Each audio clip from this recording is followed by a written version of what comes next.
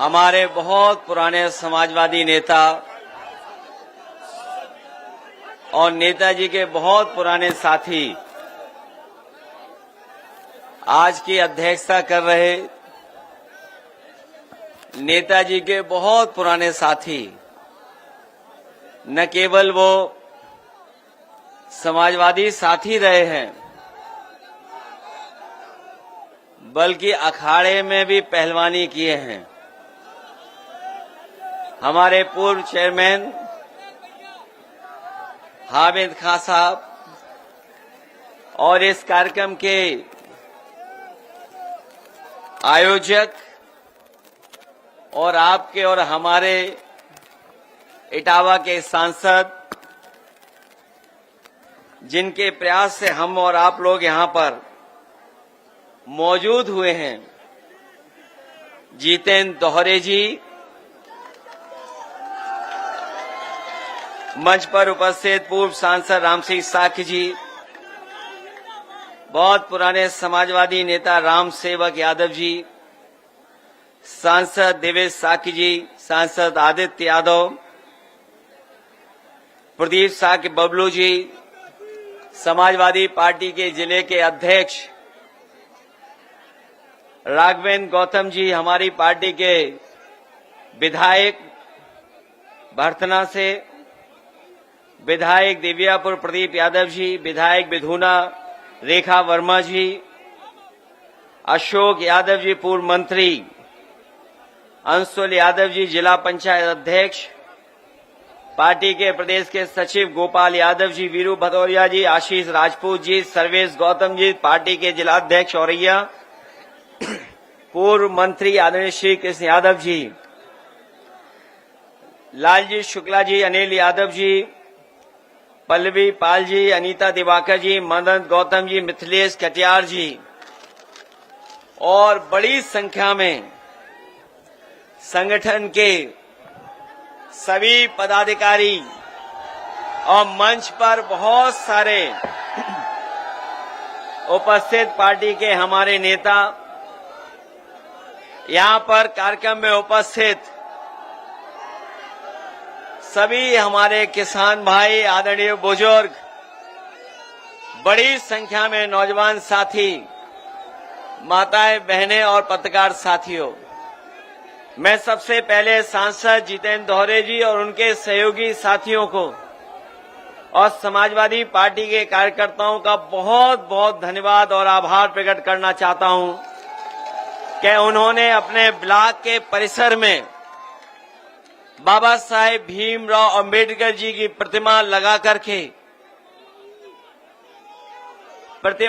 करके न केवल हम लोगों को बल्कि पूरे पीडीए परिवार को एक प्रकाश स्तंभ की तरह हम लोगों को चलने का मौका दिया है। और हम आपको भरोसा दिलाते हैं कि बाबा साहब भीमराव अंबेडकर जी ने जो सपना देखा था और जिस संविधान को हमें और आपको दिया है, आज के दिन हम सब पीडीए परिवार के लोग ये संकल्प लेते हैं कि कोई कितना भी साहसी हो जाए, ताकतवर बन जाए, कितना भी तानाशाह हो जाए, लेकिन बाबा साहब भीमराव अंबेडकर जी का संविधान हम लोग बदलने नहीं देंगे और इस संविधान के प्रति हम लोग ईमानदारी से खड़े होकर के अपने वोट का अधिकार हमेशा इस्तेमाल करेंगे। आज मुझे बहुत खुशी है कि बहुत सारे समाजवादियों से मिलने का मौका मिल रहा है, न केवल जो हमसे मंच पे व्यक्तिगत रूप से मिले हैं, लेकिन मैं देख रहा हूं सभा में बहुत सारे हमें अपने सभी लोग दिखाई दे रहे हैं। ये वो लोग हैं जो समय समय पर समाजवादी पार्टी को मजबूत करने के लिए अगर कभी भी कोई जोखिम भी उठाना पड़ा होगा तो यहाँ के समाजवादी साथी कभी पीछे नहीं हटे हैं। ये ब्लॉक महेवा ब्लॉक, जैसा कि आप सब जानते होंगे, न जाने कितनी बार आपने सुना होगा, ये भारत का और उत्तर प्रदेश का पहला ब्लॉक बना था। 1950 के लगभग ये पहला ब्लॉक बना था और पहला ब्लॉक बनने का सपना यही था कि जो हमारे गरीब हैं, गांव में रहने वाले लोग हैं, जो ग्रामीण स्तर पे अपना जीवन यापन कर रहे हैं, समय समय पे जो उन्हें समस्याएं होती हैं, जो खेती बाड़ी से लेकर के उनको आगे बढ़ाने के लिए जो योजनाएं आए, वो ब्लॉक स्तर से लागू होकर के हमारे गरीबों के खुशहाली को बनाने का काम करें। लेकिन इधर हम जब लोग पीछे मुड़ के देखते हैं, जो ब्लॉक का सपना था वो सपना ही रह गया। न केवल सपना रह गया, बल्कि बाबा साहब भीमराव अम्बेडकर जी ने ये कहा था कि आजाद भारत होने के बाद हम अंग्रेजों को और उस समय की सरकारों को इस बात के लिए नहीं कह सकते हैं कि उन्होंने बुराई लाने का काम किया है, उनकी वजह से हम खुशहाली और तरक्की के रास्ते पे नहीं हैं। क्योंकि अंग्रेज जाने के बाद न केवल हमारा देश आजाद हुआ, बल्कि बाबा साहब भीमराव अम्बेडकर जी ने हमें दुनिया का सबसे अच्छा संविधान दिया और संविधान देने के साथ साथ उन्होंने हमें और आपको अधिकार दिलाने का काम किया है। और वो अधिकार जो हमें संविधान से मिले हैं, हम और आप लोग देखते हैं कि कभी कभी हमारे अधिकारों को छीनने का काम करते हैं। हमारे अधिकारों की कोई परवाह नहीं कर रहा है। पिछले चुनाव में जिस समय समाजवादियों ने पीडीए परिवार का नारा दिया और नारे के साथ साथ हम लोगों ने संविधान बचाने का संकल्प लिया, और उसका परिणाम ये हुआ कि न केवल भारतीय जनता पार्टी उत्तर प्रदेश में हारी है, बल्कि उत्तर प्रदेश में सबसे ज्यादा सीटें लोकसभा में जीतने वाली समाजवादी पार्टी बन गई। आज पीडीए और संविधान और बाबा साहब भीमराव अम्बेडकर जी का संविधान, डॉक्टर राम मनोहर लोहिया के हमारा समाजवादी चिंतन और नेताजी के संघर्ष की वजह से आज हम लोग सबसे बड़ी पार्टी हैं उत्तर प्रदेश में। जहां इंडिया गठबंधन ने सबसे ज्यादा सीटें जीती, वहीं भारतीय जनता पार्टी को हम लोगों ने बहुमत से दूर करने का काम भी किया है। आज उनका बहुमत नहीं है। वैसे तो इटावा औरैया वाले लोग बहुत क्रांतिकारी हैं और क्रांतिकारी हों भी क्यों नहीं, ये हमारे इटावा औरैया वाले जो इतिहास के पन्नों को पलटते होंगे, जो इतिहास को जानते होंगे, ये इटावा औरैया का बहुत महत्वपूर्ण इतिहास रहा है।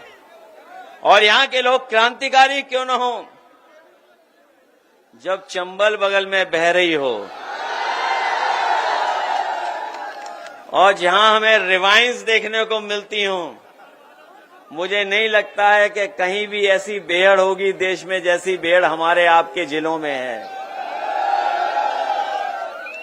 केवल हमारा इतिहास चंबल बेहड़ से नहीं है, बल्कि इतिहास जो जानते होंगे इटावा का, वो जानते होंगे ए.ओ. ह्यूम, जो ए.ओ. ह्यूम थे, जब 1857 की आजादी की लड़ाई हुई और उसमें यहां के जो कलेक्टर इटावा के थे, उन्हें क्रांतिकारियों का मुकाबला करने के लिए उन्हें भागना पड़ा और यहां से भाग करके निकल गए।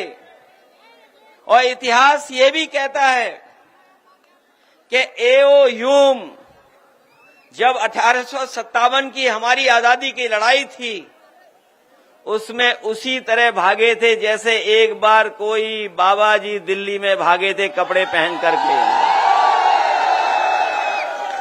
ये इतिहास के पन्नों में दर्ज है। ये वही ह्यूम है जिन्होंने कांग्रेस की स्थापना करने का काम किया था। ये जो कांग्रेस बनी है पार्टी, जो ह्यू का योगदान भी है, लेकिन अंग्रेज भी थे वो। इतिहास ये भी कहता है कि जब वो भारत छोड़ के गए थे, जब यहां से उन्हें जाना पड़ा, तो अपना सामान तो ले ही गए थे, लेकिन देश की चिड़ियों को भी पैकेट में बंद कर करके ले गए थे। और जो जानकारी मिलती है, उस जानकारी में यह है कि लगभग 5000 लकड़ी के डब्बों में चिड़ियों को भर करके यहां से ले गए थे। और उसी की वजह से जो यहां से चिड़िया लेके गए थे, वो उसी से म्यूजियम बना था जाकर के। न केवल ह्यूम का यहां का है हमारा इतिहास, बल्कि औरैया के लोग जानते होंगे गेंदालाल दीक्षित का भी बहुत बड़ा योगदान है आजादी को दिलाने में। उन्होंने जो मैनपुरी कॉन्स्पिरेसी के वजह से जो उन्हें प्रताड़ना झेलनी पड़ी, जो गेंदालाल दीक्षित जी थे, उनका बहुत बड़ा योगदान है कि बिस्मिल जैसे क्रांतिकारियों को अपने साथ लेकर के इस दोनों जिले जो आज हो गए हैं, उसमें तमाम क्रांतिकारियों को उन्होंने जगाया, अपने साथ लेकर के चलने का काम किया। न केवल क्रांतिकारियों का इतिहास है, बल्कि सुनने में आता है एक समय ऐसा था कि यहां से अच्छे डकैत भी कहीं नहीं हुआ करते थे। जो डकैत हुए हैं, उनकी अपनी अपनी अलग कहानियां हैं। जो उस पीढ़ी के कुछ लोग बचे हों, शायद अब नहीं बचे होंगे, लेकिन हमें कुछ बुजुर्ग दिखाई दे रहे हैं जो इन इलाकों पे रहते होंगे। उन्होंने देखा होगा कभी कभी घोड़ों से भी वो आते थे। उस समय भी अन्याय था। वो भी कहानियां हैं बहुत सारी डकैतों की, जिसकी वजह से इटावा, मैनपुरी और औरैया और आपके बगल के जिलों का, जो मध्य प्रदेश के जिले की एक पहचान बनी है। उस समय भी तमाम ऐसे लोग हुए पैदा जिन्होंने अन्याय के खिलाफ लड़ने का काम किया। हमारे साथी जो फूलन देवी का नाम ले रहे हैं, फूलन देवी का भी एक अलग इतिहास है। और शायद धरती पर, दुनिया के इतिहास में इतना प्रताड़ना, इतना अन्याय, इतना अपमान किसी महिला का नहीं हुआ होगा जो फूलन देवी का एक समय पर हुआ है। इतिहास अलग अलग तरीके से लिखा गया। मुझे याद है कि फिल्म बनाने वाले जिन्होंने फूलन देवी फिल्म बनाई थी, जो फिल्म बनाई थी बैंडिट क्वीन, एक बहुत बड़े डायरेक्टर हैं, वो हमें एक हवाई जहाज में टकरा गए थे। उस समय हमारे साथ हमारे अंकल भी थे। वो एक लंबी यात्रा थी। उन्होंने उस फिल्म के बारे में जिक्र किया और पूछा कि ये बताओ, जब फिल्म अंत हो रही है, बात खत्म हो रही है, तो आपने नेताजी और समाजवादियों का नाम क्यों नहीं लिखा? जिन लोगों ने फिल्म देखी होगी, अगर यूट्यूब, नेटफ्लिक्स, तमाम प्लेटफॉर्म हैं, और आखिरी में यही आता है कि एक पिछड़ी जाति की सरकार आई, उसने फूलन देवी पर मुकदमे वापस लिए, और न केवल मुकदमे वापस लिए बल्कि छुड़वाया। और हमें खुशी है इस बात की कि नेताजी ने उनके साथ जो व्यवहार हुआ, जो अपमान हुआ था, उसको सम्मान बदलने के लिए नेताजी ने और समाजवादी पार्टी ने लोकसभा में पहुंचाने का काम किया। और ये शर्त थी, बहुत लोग इतिहास ये नहीं जानते होंगे, वो शर्त ये थी, जब आत्मसमर्पण हुआ था उस समय मुख्यमंत्री अर्जुन सिंह जी थे और उस समय आत्मसमर्पण के समय ये तय हुआ था कि जो जो डाकू इस समय आत्मसमर्पण कर रहे हैं इन सब को छोड़ दिया जाएगा। उस समय जिन जिन ने आत्मसमर्पण किया था सब डकैत छोड़ दिए गए थे, केवल फूलन देवी को नहीं छोड़ा गया था। इसीलिए उसी आधार पर नेताजी ने उनके केस वापस लेकर के लोकसभा में भी पहुंचाने का काम किया। जहां इतिहास ये है, वहीं अगर आज के समय पर हम लोग कहीं मुगले आजम का नाम ले दें तो न जाने कितनों को परेशानी हो जाएगी। ये समय ऐसा है कि इतिहास को अलग अलग तरीके से देख रहे हैं लोग, और इस समय पर अगर हम लोग कहीं ये कह दें कि मुगले आजम की फिल्म बनाने वाला वो पैदा अगर हुआ था तो कहां अपने इटावा में पैदा हुए थे के आसिफ। शायद वैसी फिल्म कभी नहीं बनी होगी जो मुगले आजम की फिल्म बनी है। उसको बनने में भी न जाने कितने वर्ष लगे थे। ये भी इतिहास है इटावा और हमारा आपका औरैया का।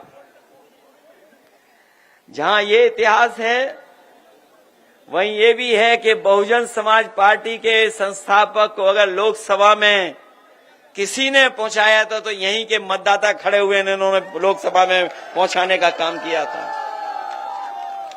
वो जीत नहीं पा रहे थे कहीं से,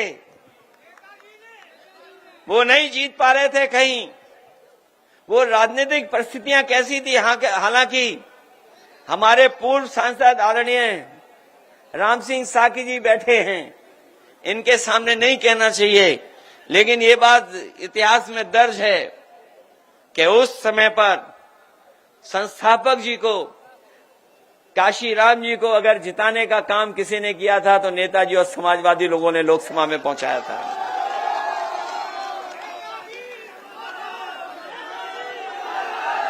ये भी एक इटावा और औरैया का इतिहास है। जहां पर डाकू होते थे, जाने क्या क्या इतिहास था, वहां पर आजकल कौन है? आजकल आवाज बब्बर शेरों की आती है। ये लाइन सफारी जो बनी है देश की पहली है, पहली लाइन सफारी है जहां पर शेर पैदा हो रहे हैं। जहां पर कभी डाकू बनते थे लोग, डाकू बनते थे, वहां पर आजकल शेर पैदा हो रहे हैं। और अभी सुनने में आया 1 महीना हुआ नहीं है 3 शेर और पैदा हो गए वहां पर।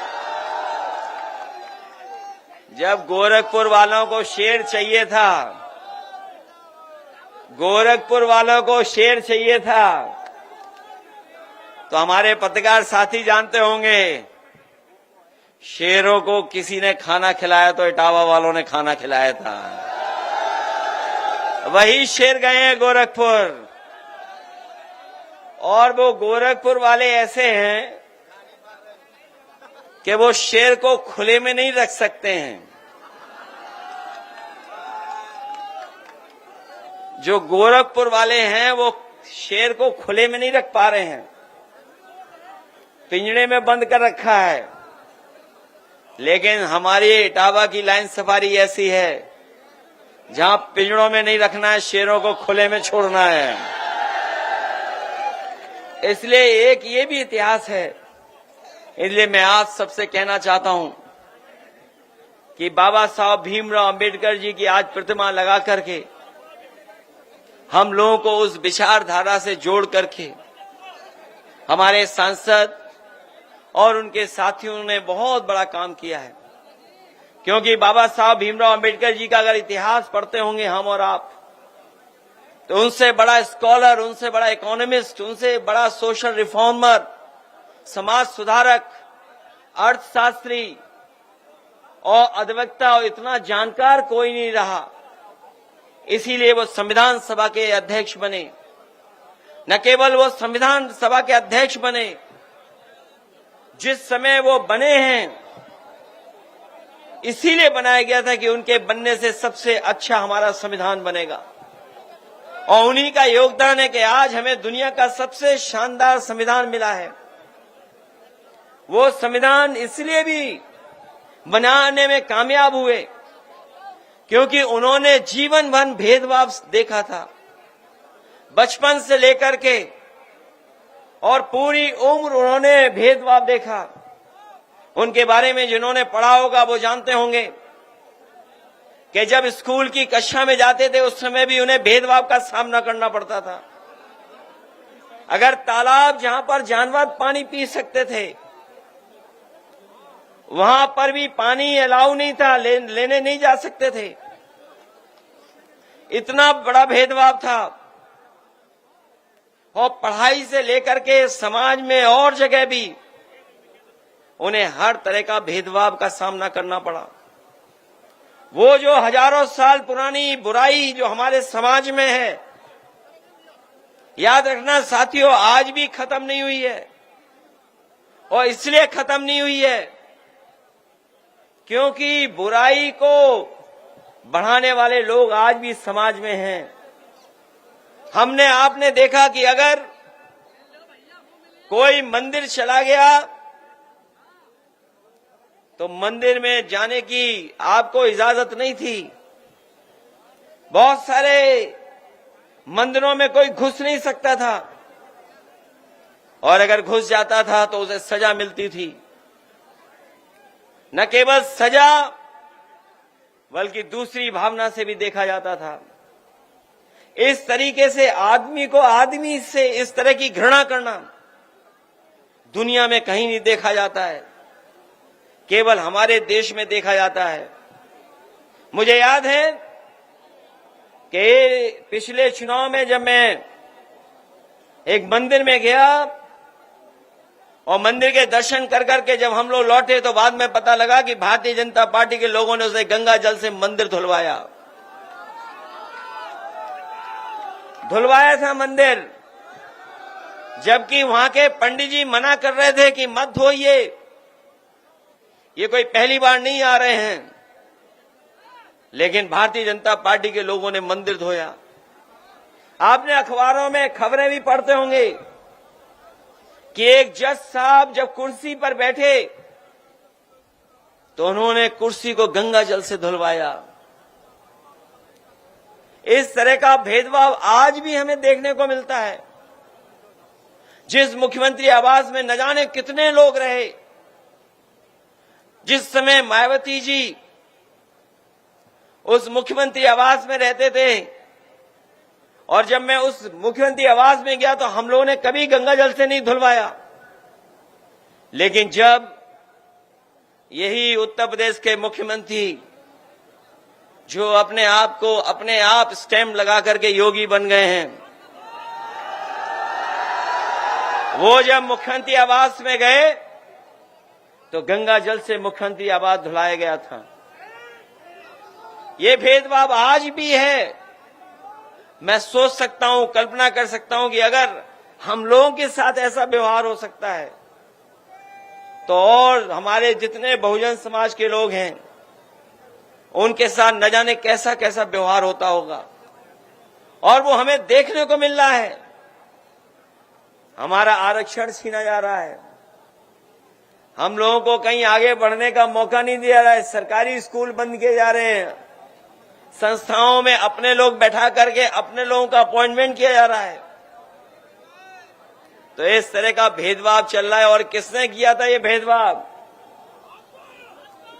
कोई एक मन्नू महाराज आए थे, वही सब गड़बड़ कर गए। कोई मन्नू महाराज आए थे, उन्हीं ने सब गड़बड़ कर दिया। अगर कोई हमें और आपको सम्मान दिलाता है तो ये बाबा साहब भीमराव अम्बेडकर जी का संविधान हमें सम्मान दिलाता है। ये हमारे लिए संविधान संजीवनी है। ये हम चाहते हैं देश संविधान से चले, लेकिन कुछ लोग अपने अहंकार से देश को चलाना चाहते हैं। कुछ लोग संविधान को केवल कोरी किताब मानते हैं, संविधान को संविधान नहीं मानते हैं। और हम तो कहना चाहते हैं कि जिस तरीके से एक नारा दिया गया कि जय जवान जय किसान, तो उसमें एक बात और जोड़ दी जाए, जय जवान जय किसान और जय संविधान। ये संविधान हमारे लिए बुनियाद है, बुनियाद। ये बुनियाद है हमारे लिए जो बाबा साहब भीमराव अम्बेडकर जी ने दिया। ये संविधान हमारे लिए कर्म ग्रंथ है। ये जो लोग अपने मन विधान से चलाना चाहते हैं, मन विधान से चलाना चाहते हैं, उन्हें हम लोग कहना चाहते हैं कि ये देश बाबा साहब भीमराव अम्बेडकर जी के संविधान से चलेगा। उसके लिए हम लोग संकल्प ले रहे हैं। संविधान हमें हक दिलाता है, हक दिलाता है हमें और आपको। संविधान हमें हक दिलाता है। जो लोग हमारा आपका हक मारना चाहते हैं, वही लोग संविधान विरोधी हैं। और याद रखना, अगर संविधान कमजोर होगा तो हमारा लोकतंत्र कमजोर होगा, और लोकतंत्र कमजोर होगा तो तानाशाही आएगी। और ये देश को एक तंत्र के लिए, एक तंत्र की तरफ ले जाना चाहते हैं। जो लोग मन विधान से चलना चाहते हैं, वो एक तंत्र की तरफ ले जाना चाहते हैं, तभी वो एक रंगी हैं। वो लोकतंत्र के पक्षधर लोग नहीं हैं। और याद रखना, जब कभी भी हमारे ऊपर कभी संकट आता है, तो संविधान ही हमारा रक्षा कवच बनकर के हमारी मदद करता है। और संविधान ही हमारी ढाल है, और संविधान ही हमारी पहचान भी है। संविधान ही हमें सुरक्षा दिलाने का काम करता है, और संविधान ही हमें शक्ति देने का काम करता है। इसलिए संविधान को कोई भी ठेस पहुंचेगी तो हम समाजवादी लोग एक होकर के पीडीए परिवार की ताकत बनाने का काम करेंगे। और याद रखना कि अभी तक तो पीडीए को बचाया संविधान ने। अब हमारे पीडीए परिवार के लोगों की जिम्मेदारी है संविधान बचाने की। ये लोग जो कह रहे हैं कि 80-20 की लड़ाई होने वाली है, जो गणित ही नहीं जानते, 46 में 56 बोलते हैं। उनकी गिनती सुनी आपने, 46 में 56 वाली। न केवल 46 में 56 की गिनती, इधर ये जो क्रिकेट लोकप्रिय हुआ है, यहां जितने नौजवान हैं सब क्रिकेट खेलना जानते हैं। ये बैटिंग करना भी जानते हैं, बॉलिंग करना भी जानते हैं। लेकिन बताओ, हमारे मुख्यमंत्री जी को कभी क्रिकेट खेलते हुए देखा है आपने? उनको एक बार हमने भी देखा क्रिकेट खेलते हुए। बॉल 3 बार टप्पा मारी, तब भी मार नहीं पाए। और न केवल उन्हें क्रिकेट खेलते हुए हम लोगों ने देखा है, बल्कि हम लोगों ने उन्हें एक टांग पर खड़े होकर के योगा करते हुए देखा है। और कितनी बड़ी बड़ी बातें कर रहे हैं, सोचा कभी आपने? कितनी बड़ी बड़ी बातें कर रहे हैं कि देश को हम और प्रदेश को $1 ट्रिलियन की इकोनॉमी बना देंगे। ये $1 ट्रिलियन जो बोल रहे हैं, वो इसलिए बोल रहे हैं कि गरीब हमारा समझे ही नहीं कि ट्रिलियन क्या होता है। उसे लगता हो कि कोई बड़ी चीज होने जा रही है ट्रिलियन। इसलिए मैं कहना चाहता हूं, ये धोखा दे रहे हैं। और क्या कहते हैं कि अर्थव्यवस्था हमारी और आगे चली जा रही है। बताओ, पूरा देख लो, सड़क के आसपास गांव गेहूं खड़ा हुआ है। बताओ, कहीं कोई कीमत दे पा रहे हैं आज? और याद कीजिए, यही भारतीय जनता पार्टी के लोग हैं जिन्होंने कहा था कि किसानों की हम आय दोगुनी कर देंगे। बताओ ये गेहूं लेकर के आए हो, क्या आय दोगुनी हो गई तुम्हारी? और आय दोगुने का कौन सा हिसाब किताब लगाएं, ये भारतीय जनता पार्टी के लोग बताते ही नहीं हैं। ये आय दोगुने का हिसाब किताब कौन सा है कि अगर हम खाद लेने जाएं तो बताओ खाद की बोरी से कितना गायब हो गया उसमें से, और डीएपी की बोरी से, और संग में जो आपको जबरदस्ती दिलवा रहे थे नैनो यूरिया। बताओ पत्रकार साथी कोई कहानी नहीं लिखते?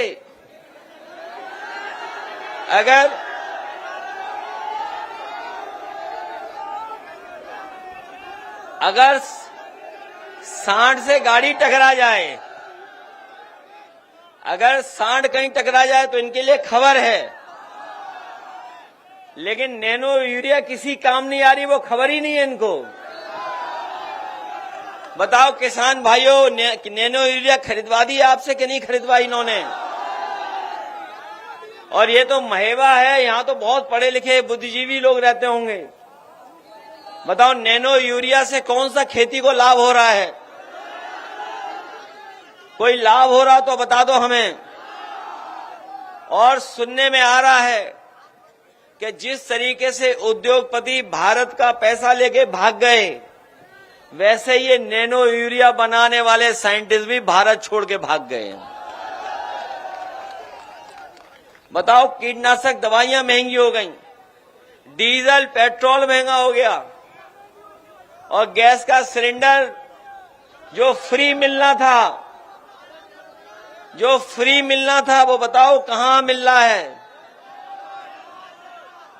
और कहीं फ्री मिल रहा हो तो बताओ डीजल पेट्रोल महंगा होता चला जा रहा है। यही मुख्यमंत्री थे, जब आलू की फसल आई थी तो कह रहे थे हम आलू खरीदेंगे, और जानकारी की तो एक आलू तक नहीं खरीदा इन्होंने।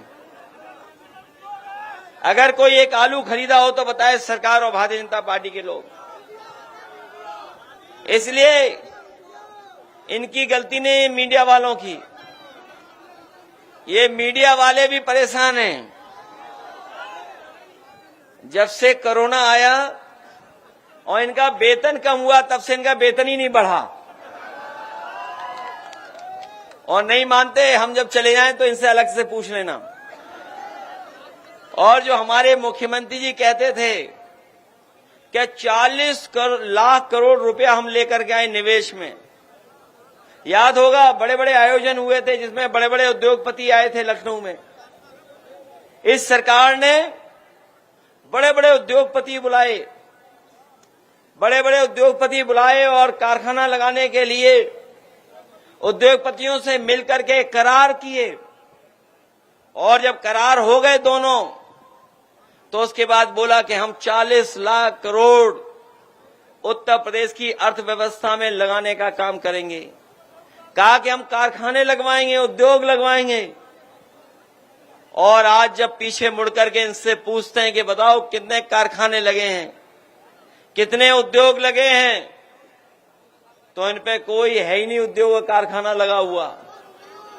कोई उद्योग कारखाना नहीं लगा। नौजवान साथियों, ये जितना सामान है आपके हाथ में या जो आ रहा है बाहर से, ये हमारी अर्थव्यवस्था को डुबा रहा है। कोई कारखाना नहीं लगने देंगे।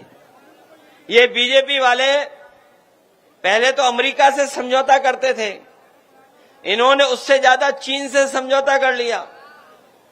अभी अमेरिका ने तो पाबंदियां लगाई हैं, थोड़ा बहुत सुनने में आया पीछे हट गया अमेरिका, पाबंदियां कम की हैं। लेकिन याद रखना, अमेरिका बहुत ताकतवर देश है। वो अपने लोगों के हित और अपने देश की अर्थव्यवस्था को लेकर के, अगर अमेरिका को कोई फैसला लेना होगा वो देश ले लेगा फैसला। और इसीलिए वहां पर पाबंदी लग रही है कि कोई भी चीज लाओगे तो टैक्स देना पड़ेगा, और इतना टैक्स देना पड़ेगा। और वहीं हमारे भारत के लोग और उद्योगपति और बीजेपी के लोग मिलकर के चीन से लगातार संबंध बना रहे हैं, व्यापारिक संबंध बना रहे हैं। आज भारत का सबसे ज्यादा व्यापार चीन से हो रहा है, सब सामान वहीं से आ जा रहा है। ये जो मोबाइल है, मोबाइल के अंदर जितना सामान है सब वहीं का है।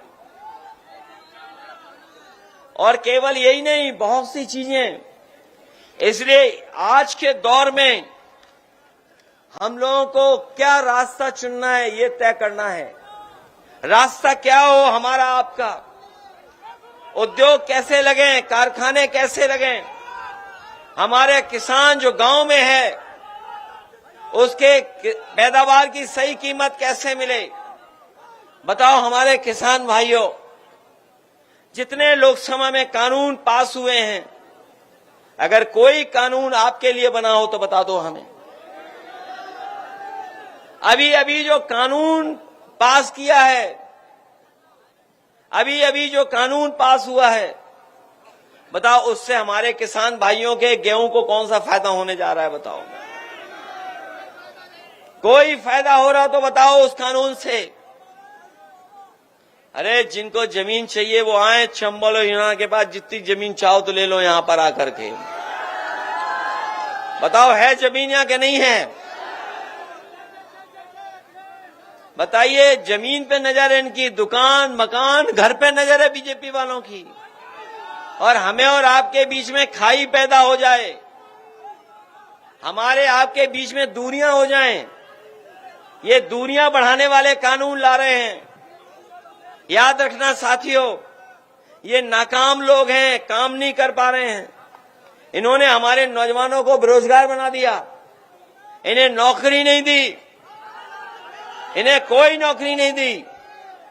और जो बताइए फौज की भर्ती होती थी, इटावा औरैया और पूरे उत्तर प्रदेश में सबसे ज्यादा फौज में भर्ती होती थी। और अभी सुनने में आया है कि फौज में 1 लाख की कमी है। बताइए, 1 लाख की कमी है। जहां कमी फौज में है और हमारे नौजवान जो वर्दी पहन करके देश की सेवा करना चाहते हैं उन्हें नौकरी नहीं दे रहे हैं। इसलिए नौजवान साथियों, हम आपको भरोसा दिला के जा रहे हैं, समाजवादी सरकार जब भी ताकतवर आएगी, बनेगी और सरकार में पहुंचेगी तो अग्निवीर जैसी व्यवस्था हमेशा के लिए खत्म कराने का काम करेंगे। अग्निवीर हम लोग स्वीकार नहीं कर सकते हैं। और हमारे नौजवान को काम चाहिए, रोजगार चाहिए और नौकरी चाहिए। हमारा समाजवादियों का सपना था, हम लोगों का सपना था कि सड़कें बने, उद्योग लगे, मंडियां बने। हालांकि अब तो ये भी चौड़ी कर ली सड़क, अब तीन लेन की बना दी। हम लोगों की नकल कर रहे हैं ये लोग। हम लोगों ने आगरा लखनऊ एक्सप्रेसवे बताओ 3 लेन का बनाया कि नहीं बनाया। और उस पर चल करके देख लो, वो अच्छा है कि ये अच्छा है। और जिन्होंने बुंदेलखंड पे थोड़ा बहुत चले होंगे वो बताओ बुंदेलखंड कैसी सड़क बनी है। सब लूट लिया उसमें। ये दिखा रहा कैसे चल रहे, सड़क पे कैसे चलते हैं। ये कह रहा नागिन की तरह चलते हैं।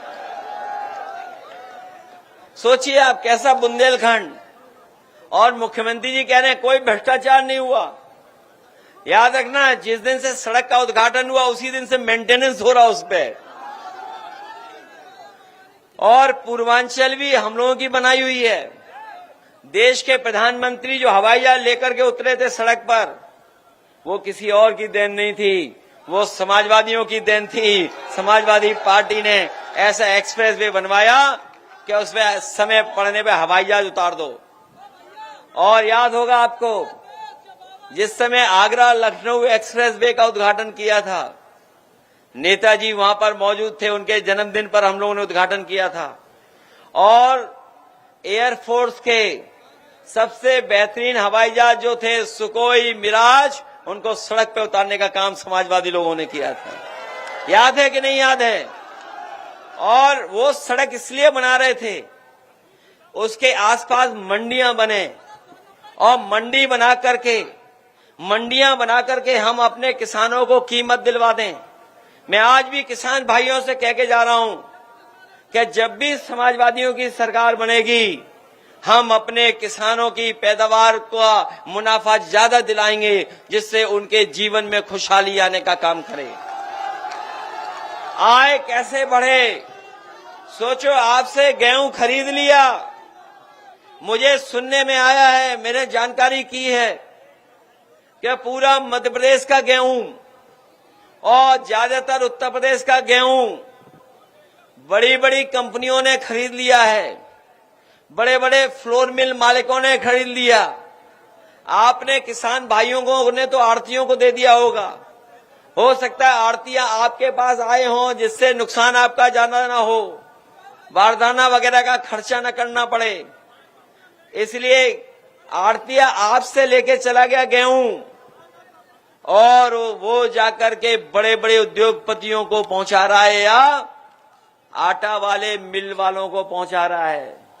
आपका गेहूं सस्ता खरीद लिया, लेकिन जब डबल रोटी खरीदोगे, बिस्किट खरीदोगे या पैकेट वाला आटा खरीदोगे, तो बताओ मुनाफा किसके पास जा रहा है?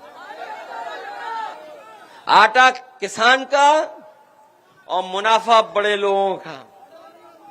गेहूं आपका खरीदा गया, लेकिन पैकेट बना करके जब आपके पास आ गया तो महंगा लेना पड़ रहा है कि नहीं लेना पड़ रहा है? और गेहूं क्या हिसाब है और आटा क्या हिसाब है? बताओ, पैकेट वाला आटा क्या हिसाब है? सोचिए आप, आटा वाला, और वो तो पार्ले वाली बात तो याद होगी आपको, इतना बड़ा पैकेट इतना हो गया कि नहीं छोटा? और सुनने में आ रहा बिस्कुट भी छोटा कर रहे हैं अब तो, और बाद में देखना बिस्किट भी आपको दवाई की तरह टैबलेट मिलेगी, लीजिए एक बिस्किट खाइए हो जाइए। ये हालत है कि नहीं है? क्योंकि महंगाई बढ़ रही है, वो मुनाफा अपना कम नहीं होने दे रहे हैं, क्योंकि वो मुनाफा कमाना चाहते हैं। और ये दूध का भी सत्यानाश कर दिया इन्होंने। हम लोग चाहते थे कि हमारा किसान अगर जानवर रख ले तो दूध से भी मुनाफा हो जाए उसको, लेकिन ये सरकार के लोग मुनाफा नहीं होने दे रहे हैं। हम अपने किसान भाइयों को भरोसा दिला के जा रहे हैं, अगर गाय बढ़ानी है तो गाय का दूध महंगा खरीदना पड़ेगा, और अगर देसी गाय बढ़ानी है तो देसी गाय के दूध के ज्यादा पैसा देना पड़ेगा। ये जो चक्कर होता है फैट का कंटेंट, कि फैट कितना है, अरे भाई भैंस के दूध में तो फैट होगा ही होगा, लेकिन सुनने में आता है कि गाय के दूध में बुद्धि होती है। तो इसलिए अगर गाय का दूध महंगा बिकेगा तो गाय बचेगी। ये भाजपाई लोग सांड पसंद करते हैं, गोबर पसंद करते हैं, इन्हें गोबर की बहुत चिंता है। अगर भाजपाइयों ने कहा कुछ और तो हम लोग कहेंगे कि भाजपाइयों लोग गोबर ले जाओ, हमसे जितना चाहते हो हम लोग तुम्हें भिजवा देंगे फ्री। सोचिए आप, प्रधान परेशान है गौ सेवा से, बताओ है परेशान कि नहीं है? मैं चाहता हूं सरकार ये बताए कि आज पूरे उत्तर प्रदेश में गौशाला में कितनी गायें हैं, पूरे उत्तर प्रदेश में गौशाला में कितनी गायें हैं, कितने सांड हैं, इसकी गिनती बताएं, और कितनों की जान चली जा रही इसकी गिनती बताएं, और उनकी गाय की गौशाला में रखवाली के लिए, दवाई के लिए और इंतजाम के लिए कितना पैसा खर्च कर रहे हैं ये बताएं। जैसे इन्होंने कुंभ की गिनती नहीं बताई है, वैसे ये गाय और सांड की गिनती भी नहीं बताएंगे। सुनने में आया जब पुलिस इन पे कम पड़ जाती है तो सड़क पे यातायात के लिए उन्हें ही भेज देते हैं कि भाई तुम ही जाओ संभालो, पुलिस तो है नहीं, अब तुम ही समझा रही है यातायात। बताओ सड़कों पे हैं कि नहीं है? इसलिए तमाम समस्याएं इन्होंने पैदा की हैं भारतीय जनता पार्टी ने। न किसान को सुविधा दी, न हमारे नौजवान को नौकरी रोजगार दिया, महंगाई बढ़ा दी, और भ्रष्टाचार तो ऐसा बढ़ाया है जिसकी आप कल्पना नहीं कर सकते हो। बताओ भ्रष्टाचार कहां पहुंच गया। अभी तक की कोई सरकार इतनी भ्रष्ट नहीं आई जितनी भारतीय जनता पार्टी की है। और अगर रिकॉर्ड निकालोगे आप, रिकॉर्ड, अगर कई सरकारों के रिकॉर्ड किसी के पास हों, तो अगर वो रिकॉर्डों में तुलना करेगा तो सबसे ज्यादा भ्रष्ट सरकार अगर कोई होगी तो वो भारतीय जनता पार्टी की निकलेगी। और भ्रष्टाचार यहां तक है कि एक आईएएस पकड़ा गया लेन देन कर करके। बताओ, आईएएस है गायब के नहीं है? ये सरकार और पुलिस जाने कहां ढूंढ रही है, वो जाने कहां ढूंढ रही, ढूंढ ही नहीं पा रही है। और याद रखना, ये पैसे के लेन देन की लड़ाई नहीं थी, ये पैसे के बंटवारे की लड़ाई थी, इसलिए फंस गया वो। और सच्चाई ये है कि जो आईएएस घूम रहे हैं, गायब हैं, कहीं लापता जो हैं, वो कहीं और नहीं छिपे हैं, योगी जी के मुख्यमंत्री आवास में ही कहीं बैठे हुए हैं। बताओ, कोई कल्पना कर सकता है कि आईएएस इस तरह का व्यवहार करे? और केवल आईएएस नहीं, 302, 307 में बताओ एक आईपीएस फरार था कि नहीं था? ये कहते हैं कानून व्यवस्था अच्छी हो गई। इनकी सरकार में तो पुलिस अपहरण कर रही है, पुलिस एफआईआर लिखा रही है, पुलिस पकड़ने जा रही है, पुलिस को पकड़ रही है। बताओ, ये है इनकी पुलिस की। बताओ, ये सच्चाई है कि नहीं है? अभी तक तो हम आप लोग देखते थे कि पुलिस चोर को पकड़ रही है, लेकिन अब पुलिस को पकड़ रही है। बताइए कि नहीं सच्चाई है? इतना पुलिस को भी खराब किसी ने नहीं किया जितना इस सरकार ने कर दिया। ये डायल 100 जो बनाई थी गाड़ी या पुलिस, इसलिए बनाई थी कि गांव में दिक्कत हो, झगड़ा हो तो पुलिस मदद करे जाके आपकी। लेकिन अब ये पुलिस मदद करने नहीं जाती है, आपकी जेब खाली करवाने जाती है। जो काम इन्हें समझौता कराना चाहिए, ये समझौता नहीं कराते। ये आपकी जेब देखते हैं, जेब में कितना माल है, और माल निकालते हैं। और याद रखना, हम भारतीय जनता पार्टी को कहना चाहते हैं कि अगर इस तरीके से पुलिस से काम करवाओगे कि आप वोट लुटवा रहे हो, उनसे चुनाव लड़वा रहे हो, यहां पे तो देखा होगा प्रमुखी वगैरह के चुनाव कैसे हुए होंगे आसपास। बताओ, पुलिस चुनाव लड़ाती कि नहीं लड़ाती?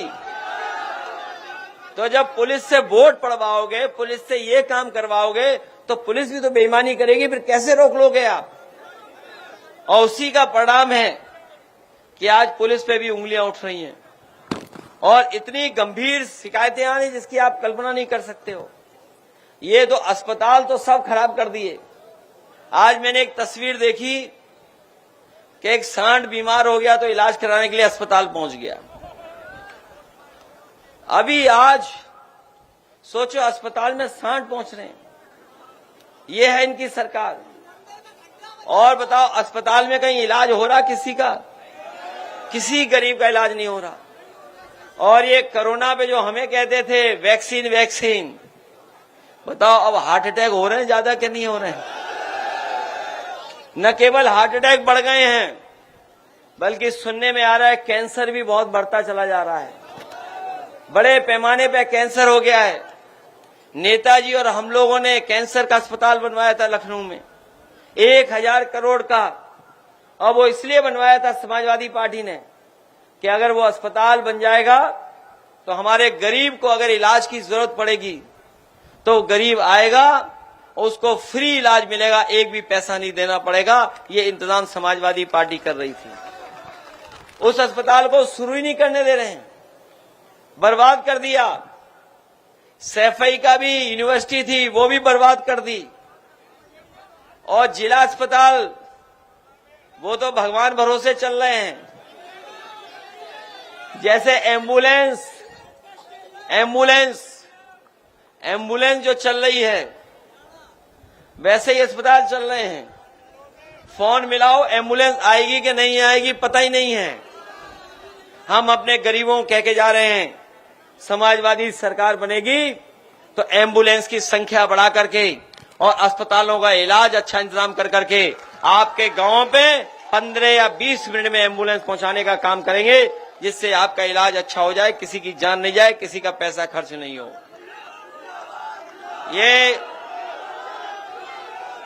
ये सुविधा देंगे। अभी सुनने में आ रहा है आज भी कोई मैच है आईपीएल का। हम तो अब देखते नहीं आईपीएल, इसलिए नहीं देखते क्योंकि भाजपा की सरकार आ गई है। इन्होंने कोई स्टेडियम ही नहीं बनवाया। बताओ आईपीएल उत्तर प्रदेश में कहां हो रहा है? जो समाजवादी सरकार में बना था स्टेडियम, वहीं पर आईपीएल हो रहा है। और हम आपको भरोसा दिलाते हैं नौजवानों को, जिस तरीके से हम लोग टेनिस क्रिकेट का टूर्नामेंट कराने लगे थे, याद होगा, अपने नौजवानों के पढ़ाई के लिए, काम, नौकरी, रोजगार के साथ साथ अगर स्वास्थ्य बेहतर करने के लिए खेलों का बढ़ावा देना पड़ेगा तो आईपीएल से बेहतर व्यवस्था कर करके अपने नौजवानों को खेल से भी जोड़ने का काम करेंगे, जिससे उनका भविष्य भी बेहतर हो सके। इसलिए इस मौके पर मैं आपसे धन्यवाद देना चाहता हूं और बधाई देना चाहता हूं एक शानदार कार्यक्रम के लिए। शानदार कार्यक्रम के लिए मैं आपको बधाई देना चाहता हूं। और जो हमारे सांसद जी ने कार्यक्रम कराया, उनके सहयोगी साथियों ने, उनको भी हम बहुत बधाई देते हैं कि उन्होंने बहुत सही समय पर कार्यक्रम कराया है। जो कार्यक्रम आपने किया है, इससे जुड़कर के लोग बाबा साहब के बारे में न केवल पढ़ेंगे जानेंगे, बल्कि बाबा साहब भीमराव अम्बेडकर के रास्ते पे चल करके जो समय समय पर अपमान होता है, जो प्रभुत्ववादी लोग हैं, जो ताकतवर लोग हैं, जो समय समय पर अपमानित करते हैं, उनका मुकाबला करने का काम करेंगे। और वही बात जो हमारे साथी कह रहे हैं, हम यही कहना चाहते हैं, इतिहास पे झगड़ा किसी को नहीं करना चाहिए। इतिहास क्या था उस पे झगड़ा नहीं करना चाहिए, क्योंकि इतिहास में अच्छी चीजें भी दफन है, बुराई भी दफन है। अच्छी चीजें और तरीके से हैं, बुराई भी है। किसी का इतिहास उठा करके देख लो, अच्छा बुरा सब मिल जाएगा। इसलिए मैं कहना चाहता हूं, जो इतिहास हमें आगे ना बढ़ने दे, जो इतिहास हमें विकास के लिए रोकता हो, जो इतिहास हमारी एकता को लड़ाता हो, उस इतिहास को इतिहास रहना चाहिए। इतिहास को नहीं बदलना चाहिए, इतिहास को नई तरीके से नहीं बताना चाहिए। और अगर कोई हमारे रामजी राज सुमन जी या किसी भी कार्यकर्ता का अपमान करेगा तो हम लोग भी, समाजवादी लोग, उसके साथ खड़े दिखाई देंगे, उसकी सम्मान की लड़ाई लड़ने का काम करेंगे। और ये सेना वेना सब नकली है, याद रखना। हिटलर ने भी बनाई थी एक ट्रूपर। हिटलर अपने समय पर एक फौज रखता था, अपने कार्यकर्ताओं को पुलिस की वर्दी पहना देता था, फौज की वर्दी पहनाता था, फिर अपने विरोधी लोगों को पिटवाता था। उसका नाम था ट्रूपर्स, कहा करते थे उसे। ये बीजेपी वालों की ये ट्रूपर है, ये जो सेना दिखाई दे रही है, ये कोई सेना वेना नहीं है, सब बीजेपी वाले लोग हैं, सब बीजेपी वाले हैं। उनके चेहरे मिला लो, गांव मिला लो, वोट निकाल लो, सब बीजेपी वाले निकलेंगे, कोई नहीं निकलेगा। इसलिए ये सरकार की जिम्मेदारी है हमारे सांसद के सम्मान बचाने की, क्योंकि संविधान हमारा रक्षा कवच है। संविधान हमें ताकत देता है, शक्ति देता है। संविधान ही हमें समय समय पर आगे बढ़ने का मौका देगा, हक दिलाता है संविधान।